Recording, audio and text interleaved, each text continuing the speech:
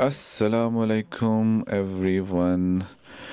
तो आज मैं आपको उम्रे के विज़िट के बारे में थोड़ी सी मालूमात दूंगा।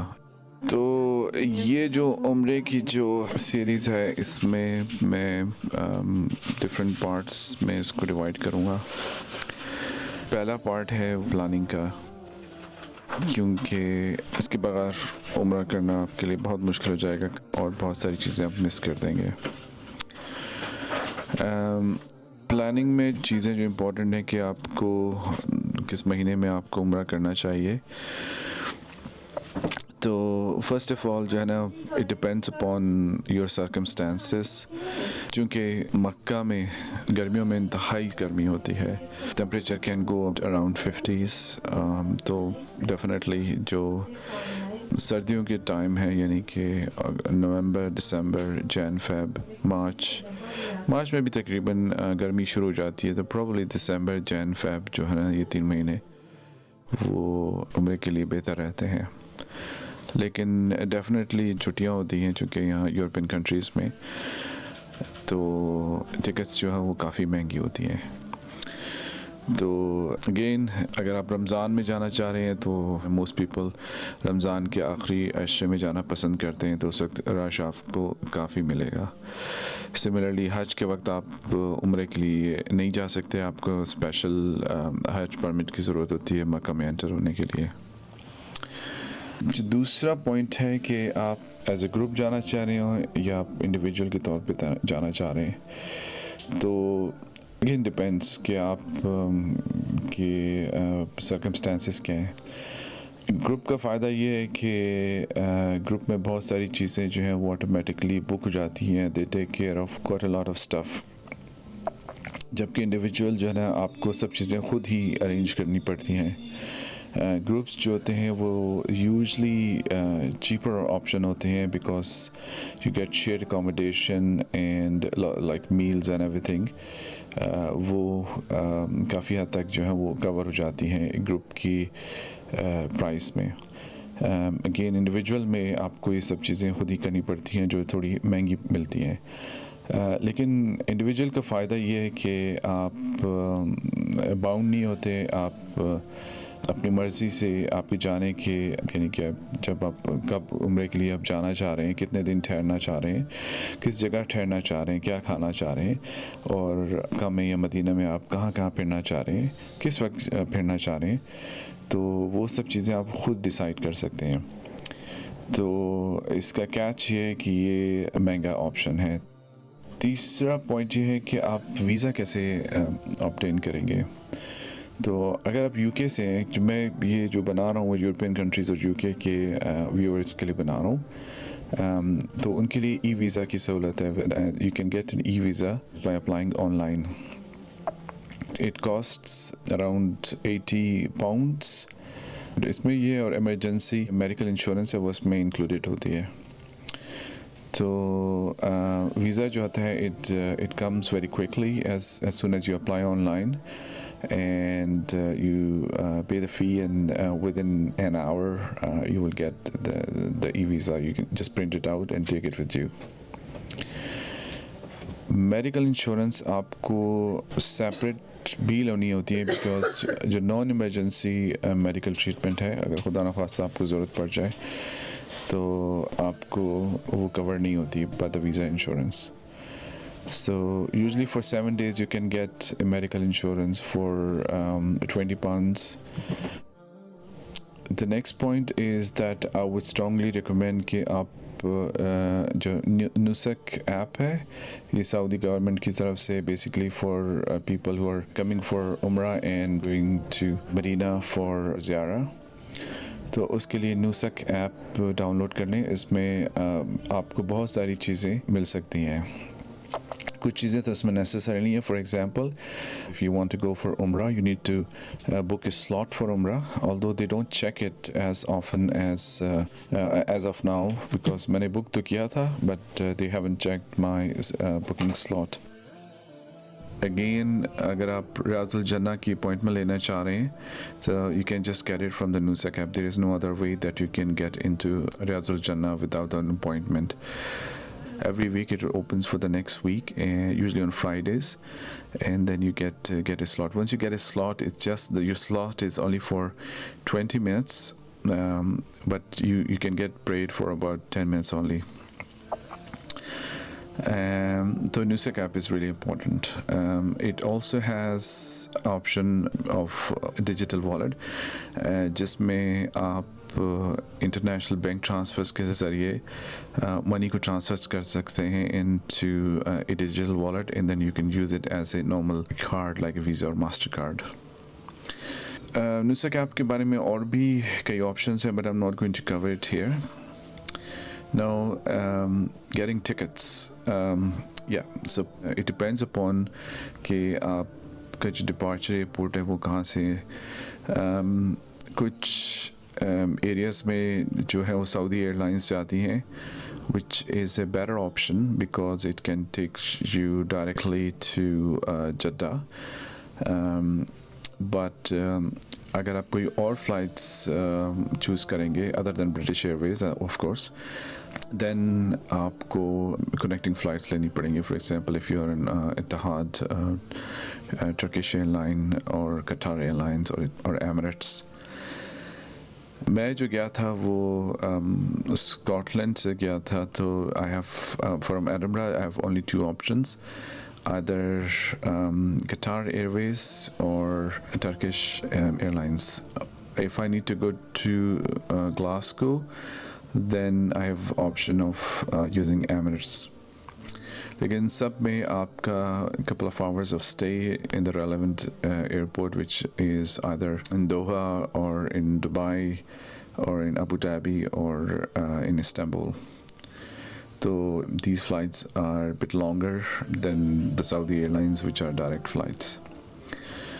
But again, there's so many other factors that you need to consider, like price कितनी है, आप कितने लोग जा रहे हैं, और आपके पास कितना टाइम है. Next point is hotels. So अगर आप उम्रे के लिए जा रहे हैं तो I would recommend to get a hotel near Ihram. Specifically, I would say near Clock Tower. There are some hotels which you can find it within a very reasonable price, which are located within 1 kilometer. अगर आप थोड़ा दूर भी ले लेते हैं, you can use the transfer cards which are provided by hotels, or you can book it yourself, but you need to pay for it.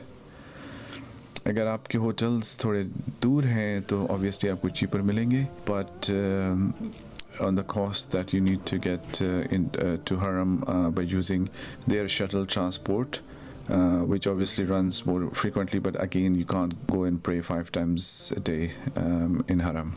So you need to come in the morning and then you stay for a couple of prayers and then go back. Now, another question is कि आपको पहले Medina जाना चाहिए या आपको पहले मक्का आके उम्रा करना चाहिए. Again, there are pros and cons of two different options. अगर आप मदीना आते हैं, then obviously आपको ihram में नहीं आना होता.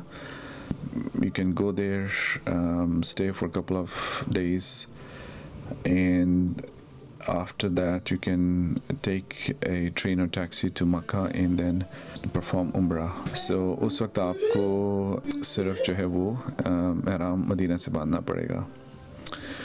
लेकिन अगर आप उम्रा पहले करना चाह रहे हैं तो you most of the time अगर आप UK से आ रहे हैं तो then you will be either doing the ihram either in Istanbul, in Abu Dhabi, Dubai or in Qatar. तो वहाँ से आप करके आ सकते. If you're taking a connecting flight, it's quite a long duration. That first of all you go from UK to your connecting airport and from connecting airport to Jeddah. तो उस वक्त आपको काफ़ी थकान हो जाएगी. उस पर यह ऑप्शन है कि आप आएँ, पहले आराम करें, और आराम की हालत आराम में हो आप आराम करें, और उसके बाद जब आप थोड़ा फ्रेश हो जाएं तो उसके बाद आप उम्रा परफॉर्म करें. मैंने जो है वो ऑप्शन चूज़ किया कि मैं जद्दा पहले जाऊं और वहाँ से उम्रा करूं मक्का आकर, और उसके बाद रिलैक्स हो जाऊं हालत आराम से निकल के, then I go back from Medina, so Medina to UK. उसका फ़ायदा ये है कि जो मदीना एयरपोर्ट है, it's about 30 minutes away from हरम where I stayed. जद्दा से मक्का से अगर जद्दा जाना चाह रहे हैं तो it's about 1 hour. Again, both options are completely valid depending upon your circumstances. लेकिन मैंने जो चूज़ किया था कि वो पहले मैं जद्दा आया, जद्दा से मक्का, then वहाँ से मैंने उम्रा किया and then went to Medina. And from Medina went back to Edinburgh through Istanbul. मिकात के बारे में भी कुछ मैं बता दूं कि मिकात वो पॉइंट्स हैं जहाँ पर आपको एहराम बांध के उसकी नियत करनी पड़ती है, क्योंकि अगर बग़ैर एहराम के आपने मिकात क्रॉस कर लिया तो फिर आपका उम्रा नहीं होता, फिर you have to go back to Miqat and wear ihram. जो है मिकात डिपेंड्स अपॉन कि आप कहाँ से आ रहे हैं. अगर आप मदीना से मक्का की तरफ आ रहे हैं दैन मस्जिदुल खुलैफा जो है दैट्स द मिकात. तो most of the time Medina से जो आते हैं बाय ट्रेन आते हैं वो तो ट्रेन में चढ़ने से पहले ही एहराम बांध लेते हैं, क्योंकि it's really difficult to actually wear ihram on train. लेकिन अगर आप कार में आ रहे हैं तो Masjidul Hulaifa is the point where you can take shower, wear आराम और 2 नफल नमाज के पढ़ें और उसके बाद फिर आप मक्का की तरफ रवाना हों. जो यूके फ़्लाइट्स हैं उनका जो मीकात है, mostly if you are coming from Istanbul और if you directly coming from Saudi airlines, तो उनका जो मिकात है that's called Miqat al Juhfa. Usually जो है 30 minutes बिफोर लैंडिंग जो है वो क्रॉस हो जाता है. So again, it's really difficult to wear ihram on planes. So again, it's recommended that you wear ihram before coming to Jeddah. So if you're traveling from London to Jeddah, so आप London में ihram बांध लें. अगर आप Istanbul से आ रहे हैं तो इस्तांबुल के एयरपोर्ट पे आप ihram बांध लें. लेकिन अगर आप कतर दुबई से आ रहे हैं तो आपका मिकात जो है वो स्लाइटली डिफरेंट है. मिकात विच इज़ कॉल्ड द मिकात कर्न अल मंजिल अल सैल अल खबीर. तो अगेन आप बाय प्लेन आ रहे हैं तो आप दुबई, दोहा या अबू धाबी में आपको एहराम बांधना पड़ेगा.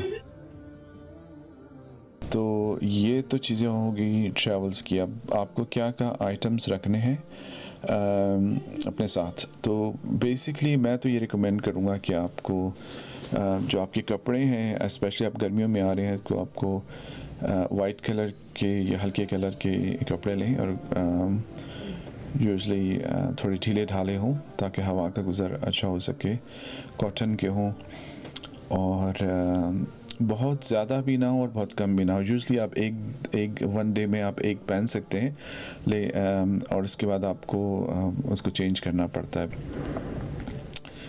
एहराम में जो आप यूज़ करते हैं there 2 options. So male ihram जो होते हैं they have other like towel like ihrams which I recommend because जो दूसरे जो प्लेन एहराम्स होते हैं पतले वाले, आपको फ़ौरन ही जो है ना वो चिपक जाते हैं और चिपचिपा से एहसास होता है. तो उसको अवॉइड करें. आपको एक वेयरिंग बेल्ट की ज़रूरी होगी क्योंकि आपने उसमें अपने जो ज़रूरी अशिया हैं लाइक जो करेंसी नोट्स हैं, आपका पासपोर्ट वगैरह जो है और कोई और चीज़ें लाइक हेडफोन्स वगैरह हैं या दुआओं की कोई छोटी मोटी किताब है, कार्ड्स हैं, वो आप उसमें रख सकें. फंड्स में यानी कि आप आपके पास क्या ऑप्शन है कि आप अपने साथ फंड्स लेके आ सकें. तो इसमें पहली तो रिकमेंडेशन ये है कि आप अपने साथ जो अपने डेबिट या क्रेडिट कार्ड्स हैं, मास्टर या वीज़ा कार्ड्स हैं, वो आप इवन आपकी जो कंट्री के इशू हुए हैं वो अपने साथ ज़रूर रखें. लेकिन सऊदी अरब में अभी भी जो है वो जितने भी छोटी शॉप्स हैं और टैक्सीज़ वगैरह हैं वो पसंद करते हैं या प्रेफर करते हैं कि आप उनको करेंसी नोट्स दें इन सऊदी रियाल्स. तो मैं आपको रिकमेंड करूँगा कि आप एटलीस्ट कुछ सऊदी रियाल्स कन्वर्ट करा के ले आएँ और बाकी जो है वो ब्रिटिश पाउंड्स अपने पास रखें और उसको एज़ रिक्वायर्ड जो है ना चेंज कराते रहें from the money exchange. Money exchange जो है वो तकरीबन आपको हर जगह मिल जाएंगे इंक्लूडिंग एयरपोर्ट्स, लेकिन एयरपोर्ट पे मैं आपको रिकमेंड नहीं करूँगा क्योंकि एयरपोर्ट पे जो मनी एक्सचेंज है वो आपको बहुत ही कम एक्सचेंज रेट्स देंगे।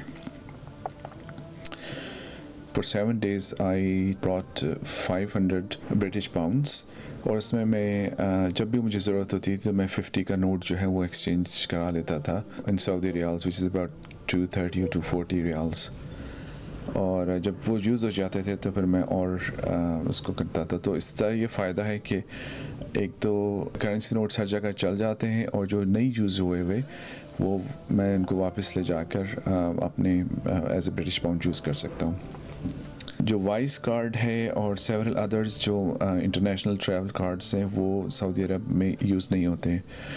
तो there are other cards which I don't have, जैसे रिवॉल्ट है and couple of other cards that you can use it, but I would recommend कि आप कुछ करेंसी नोट्स रखें। जो न्यूसक ऐप है उसमें भी आप फंड्स ट्रांसफ़र कर सकते हैं by international bank transfer, then you can use that Nusuk app wallet as a credit और डेबिट कार्ड। जो नेक्स्ट चीज़ है वो है सिम। कम्युनिकेशन के लिए आपको सिम की ज़रूरत है, तो there are several options. Saudi Arabia में जो टेलीकम्युनिकेशन है, इंटरनेट और मोबाइल डेटा, ये काफ़ी एक्सपेंसिव है। दो ऑप्शन है सिम लेने के, एक तो ये कि आप ई सिम ले लें जो कि आप ऑनलाइन अप्लाई कर सकते हैं, लेकिन ऑब्वियसली आपके पास ऐसा फ़ोन होना चाहिए जो कि ई सिम को एक्सेप्ट कर ले। ई सिम की यूजुअली पैकेजेस थोड़े महंगे होते हैं। न्यूसक ऐप के थ्रू भी आप सिम्स को ऑर्डर कर सकते हैं और उसमें यह है कि आपको फिर वो सिम वहाँ से पिक करनी होगी जिस एयरपोर्ट पे आप लैंड कर रहे हैं। लेकिन बेहतर ऑप्शन ये है कि आप जब भी आप एयरपोर्ट पे लैंड करेंगे तो आप किसी भी काउंटर पे चले जाएं। वहाँ 2-3 मोबाइल कंपनियाँ होती हैं, जैसे STC है, मोबाइली है, ज़ेन है और सिमिलरली कुछ और हैं। उनसे आप जाकर प्रीपेड सिम ले सकते हैं। तो यूजुअली पैकेजेस जो होते हैं वो starts from anywhere from 35 riyals and goes 100 riyals and above. वो डिपेंड करता है कि आप कितना डाटा लेना चाह रहे हैं या फिर कितने डेज़ आपकी रिक्वायरमेंट है। मुझे 7 डेज़ के लिए चाहिए था और मैंने 5 GB डाटा लिया था, जो कि मेरी रिक्वायरमेंट्स के लिए काफ़ी था। मैंने जो पैकेज लिया था वो 40 रियाल्स का था और उससे ऊपर वाला पैकेज जो है उसमें डाटा कुछ ज़्यादा था। आई थिंक 15 GB था या 20 GB था, मुझे एग्जैक्ट याद नहीं है, लेकिन that's not very expensive. Like 55 या 57 सऊदी रियाल्स का था। तो वो मैं रिकमेंड करूँगा कि आप थोड़ा सा ऊपर ले लें, क्योंकि once you run out of data then you are in trouble. उसको चार्ज करना वो ज़रा मुश्किल काम होता है। आप वाउचर ले सकते हैं लेकिन दैट्स अगेन वो वाउचर हर जगह से मिलता भी नहीं है और वो मोर और लेस जो है ना वो उतना ही आपको पड़ेगा। जो मैं आपको रिकमेंड करूँगा कि ऑडियो वीडियो आप यूज़ ना ही करें उन सिम के ऊपर। आप जिस होटल में ठहरे उसका वाईफाई यूज़ करें फॉर कम्युनिकेशन। तो saying of communication, WhatsApp call जो है वो यूज़ नहीं कर सकते आप सऊदी अरेबिया में, it's blocked and several other internet websites are blocked as well. So WhatsApp में आप सिंपल मैसेजिंग कर सकते हैं, ऑडियो मैसेजेस सेंड कर सकते हैं, लेकिन लाइव चैट नहीं कर सकते, एक दूसरे से ऑडियो चैट नहीं कर सकते। फेस टाइम जो है वो चल जाता है और इस तरह के कुछ और ऐप्स हैं वो चल जाती हैं, लेकिन ये जो पॉपुलर ऐप्स हैं वो सऊदी गवर्नमेंट ने ब्लॉक की हुई हैं। VPN भी बहुत सारे जो कॉमन VPN है वो नहीं चलते हैं। अच्छा, नेक्स्ट मैं आपको कहूँगा शूज़ वाइज जो है वो एटलीस्ट अपने पास एक फ्लिप फ्लॉप टाइप के चप्पल या सैंडल्स रखें, स्पेशली जब आप जो हैं वो समर टाइम में आएंगे, और एक से ज़्यादा पेयर रखें क्योंकि आप शूज़ गुम भी हो सकते हैं। लेकिन मैं आपको रिकमेंड करूँगा कि शूज़ हमेशा, ये चप्पल अपने हमेशा अपने साथ ही रखें बैग के अंदर।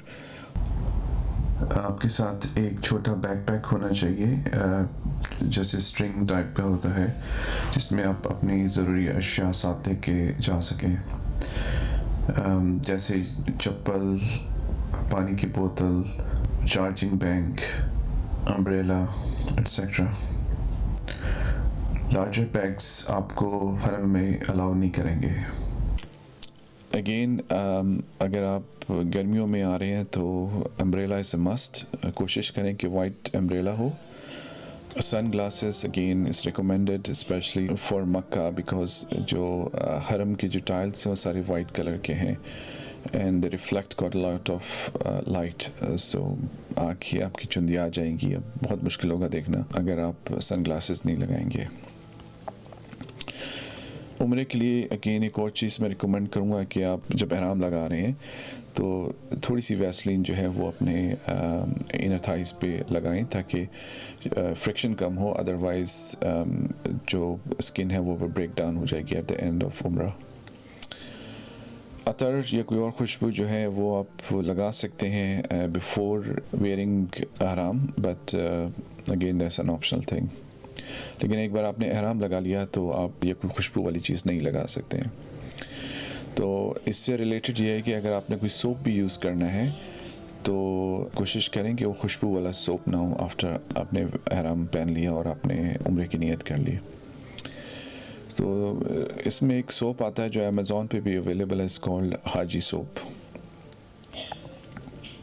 एक वाटर बॉटल आपके साथ होनी चाहिए, जो पानी आप ऑब्वियसली आपको हर जगह मिलेगा, लेकिन ड्यूरिंग जब वॉक कर रहे होंगे बिटवीन योर होटल एंड हरम टू होटल तो उस वक्त भी आपके पास कुछ बोतल होनी चाहिए ताकि आप पानी वगैरह पी सकें। अच्छा, ये तो यहाँ तक हो गया। अब बाकी जो है वो मैं अपना बता देता हूँ कि मैंने टर्किश एयरलाइंस यूज़ की थी फ्रॉम एडिनबरा टू जद्दा।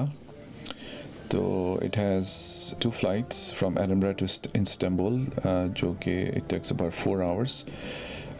सही ठीक फ़्लाइट थी। इट हैज़ वाईफाई नेट, तो फ्री वाईफाई था जो कि एक लग्जरी है, लेकिन आपको माइल्स एंड स्माइल्स का मेंबर होना ज़रूरी है जिस पे आप मेंबरशिप नंबर डाल के आप फ्री वाईफाई एक्सेस कर सकते हैं, जिससे आप व्हाट्सएप मैसेजेस कर सकते हैं।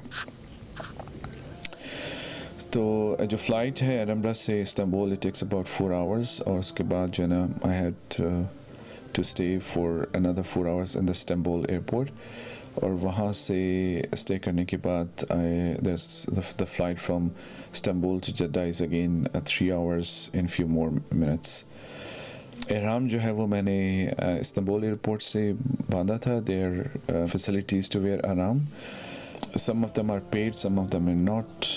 मैंने जो है वो paid shower था, 15 euro देकर मैंने लिया, and then वहाँ से मैंने एहराम लगाया। Lounge, there are several lounge which are paid one. जो मैं रिकमेंड करूँगा कि अगर आपने 4 आवर्स 3 to 4 आवर्स का जो स्टे करना है, you can book a IGA pop-in lounge जो कि 40 यूरोज़ में आता है, and that let's you stay for 3 hours, और उसमें फ्री वाईफाई और फूड भी इंक्लूडेड है। अगर आप ऐसे ही कोई कॉफ़ी या फूड वगैरह लेंगे इस्तांबुल एयरपोर्ट पे तो आपको इससे ज़्यादा ही ख़र्चा हो जाएगा। अच्छा, उसके बाद जब आप जद्दा एयरपोर्ट पे लैंड करेंगे तो immigration was quick and straight forward. अब नेक्स्ट ऑप्शन ये कि आपने मक्का के लिए कैसे ट्रैवल करना है। So there couple of options. The first option जो है कि वो ट्रेन आपको जद्दा एयरपोर्ट से ही मिल जाएगी, and it takes about 54 minutes from Jeddah to Mecca. पहली ट्रेन अबाउट 6:30 AM पे जाती है, and it's all the way up to 9:30 PM। Every 2 hours जो है ना ये ट्रेन्स रन होती हैं। On Friday the timings are slightly different. जो फर्स्ट ट्रेन जो है वो 8:30 पे और लास्ट ट्रेन जो है वो 11:30 पे जाती है। It allows only one travel bag, small hand carry bag, and one handbag. तो आपके पास ज़्यादा लगेज है then obviously you need to choose some other way of traveling, or you need to pay extra for the luggage. इसकी जो cost है वो 35 Saudi riyals one way and plus obviously आप जब मक्का स्टेशन पे पहुंचेंगे, ट्रेन स्टेशन पे, वहाँ से अपने होटल तक जाने के लिए आपके पास 2 ऑप्शंस हैं. अगर आप हरम के पास जाना चाह रहे हैं तो it's a free shuttle bus, और otherwise the taxi takes about 40 riyals. दूसरा ऑप्शन आपके पास है जद्दा एयरपोर्ट से मक्का जाने का टैक्सी है, जो कि रिकमेंडेड है कि अगर आपके पास सामान ज़्यादा है या आपके जो फैमिली मेम्बर्स हैं like 2 or 3 or 4, then it's a cheaper option. Taxi जो है वो it takes about 1 hour and it's obviously pick you up and drop you at your hotel. जैसे ही आप बाहर निकलेंगे एयरपोर्ट पे तो बहुत सारे लोग आपको जो है ना पकड़ लेंगे कि कहेंगे मेरे पास आओ, मैं तुम्हें ले जाऊंगा, इतने में ले जाऊंगा और उतने में ले जाऊंगा. तो आपने ये देखना है, ख्याल रखना है कि वो कुछ जो होते हैं वो शेयर करते हैं, यानी कि आपको बिठा लेंगे, उसके बाद वो वेट करेंगे कि कोई और लोग भी आएँ. 2-3 लोगों को पकड़ के उसके बाद हर बंदे से वो पैसे लेंगे और उसके बाद वो ले जाएंगे. तो उनसे पहले कंफर्म कर लें कि वो आप ही को ले जाएगा, या अगर आप अलाउ करते हैं 2 बंदे साथ हैं आप, तो फिर आप उससे मामला तय कर लें. Usually it takes about 150 to 250 Saudi riyals, and it's a 90 kilometer distance. It takes about 1 hour. जो मैंने जो दिए थे वो 100 रियाल्स दिए थे, but I share with another person. So जो टैक्सी ड्राइवर ने वो 100 मुझसे लिए और 100 दूसरी पार्टी से लिए. It's at about 200 riyals. अच्छा, तीसरा ऑप्शन आपके पास है शटल बस का, जो कि एयरपोर्ट से मिलेगी, जो आपको उतारेगी मक्का में एट जरवाल बस स्टेशन. ये चीपर ऑप्शन है कि 25 to 35 सऊदी रियाल्स लेगा और अबाउट 2 hours. लेकिन उसके बाद आपको थोड़ा सा या तो पैदल चलना पड़ेगा या वहाँ से टैक्सी करनी पड़ेगी अपने होटल के लिए. आप कार भी हायर कर सकते हैं, लेकिन again I wouldn't recommend that because parking would be an issue. और उसके बाद जो है वो ऑब्वियसली आप उस कार का क्या करेंगे, आपको रिटर्न करनी पड़ेगी. और मैंने जो किया था कि इतनी बड़ी फ़्लाइट के बाद थोड़ा सा रेस्ट किया था, तकरीबन 4 or 5 hours इन हालत आराम एंड बिफोर परफॉर्मिंग उम्रा, so that I will fresh up और मैं सही तरह से उम्रा परफॉर्म कर सकूं. उम्रा कब करना चाहिए, इट अगेन डिपेंड्स कि आप कब पहुंचते हैं, आपके पास कितना टाइम है रेस्ट के लिए, और आपने नेक्स्ट फ़्लाइट अगर आप किसी ट्रांजिट वगैरह पे कब जाना है. डे टाइम में यूजुअली लेस क्राउडेड होता है ड्यूरिंग समर टाइम, लेकिन कैच ये है कि हीट होती है. नाइट टाइम में ये है कि it's more crowd, there is good weather though. But anyway, you have to book a 2-hour slot from Nusuk app. Most of the time they don't check it, but if they do, at least you have a permit. आपको किस gate से enter होना है, again if you are from the clock tower then King Abdul Aziz gate जो है ना वो आपके लिए ठीक रहेगा. जो अदर साइड्स हैं they have different other gates like King Fahd gate, Umrah gate and Assalam gate वगैरह जो है वो आप कर सकते हैं. जब आप उम्रा करेंगे तो आप कोशिश करें कि आप ग्राउंड फ्लोर पे करें, क्योंकि वही आपका एक चांस होगा कि आप खाना काबा को करीब से देख सकेंगे. एक बार आपने ihram के खोल लिया और आप दोबारा तवाफ़ के लिए आए किसी वक्त, तो आप एंटर नहीं हो सकते ग्राउंड फ्लोर पे विदाउट ihram. तो बेहतर ये है कि आप जब उम्रे पे ही आएँ तो उस वक्त आप ग्राउंड फ्लोर पे ही तवाफ़ करें, और सफ़ा मरवा में भी ग्राउंड फ्लोर पे ही करें. और उसके बाद जो है जब आप सही कर लें तो सफ़ा और मरवा आपकी जो सही है वो स्टार्ट होगी सफ़ा पे, और मरवा पे जाके 7 चक्कर जो है ना वो आपका कंप्लीट होगा. उसके बाद आप मरवा से बाहर निकल सकते हैं, लेकिन मैंने क्या किया कि मैं वापस अंदर से ही सफ़ा की तरफ आया और सफ़ा की तरफ से गेट एग्ज़िट किया. तो क्योंकि गर्मी ज़्यादा थी अंदर, सफ़ा मरवा के अंदर एयर कंडीशन था, तो वो बेहतर ऑप्शन मुझे लगा. और उसके बाद जो है वो आपको बाल कटवाने हैं, या वो जो बिल्कुल बाल साफ़ करवाने जिसको हलक करवाना कहते हैं, जैसे ही आप सही करके बाहर निकलेंगे तो जो बार्बर्स के एजेंट्स वो आपको घेर लेंगे, यूजुअली 10 रियाल्स लेंगे। बेहतर है कि आप उस तरफ जाएं जिस तरफ आपका होटल हो। मेरा होटल क्लॉक टावर की तरफ था, तो मैं क्लॉक टावर वाले बार्बर के एजेंट के पास चला गया। 10 से 20 रियाल्स के दरमियान जो है उसके बाल काट देते हैं। तो आई थिंक ये मैं आप पार्ट 1 कंक्लूड करता हूँ। जैसे आपको मेरे ख्याल में काफ़ी हद तक इंफॉर्मेशन मिल चुकी होगी कि जो बेसिक उम्रा के लिए प्लानिंग और ट्रैवलिंग के लिए आपको क्या करना चाहिए। सो मज़ीद इंफॉर्मेटिव वीडियोस और ट्रैवल वीलॉग्स जो है वो मैं आपको दिखाऊंगा इन कमिंग डेज़। ओके जी, अल्लाह हाफ़िज़।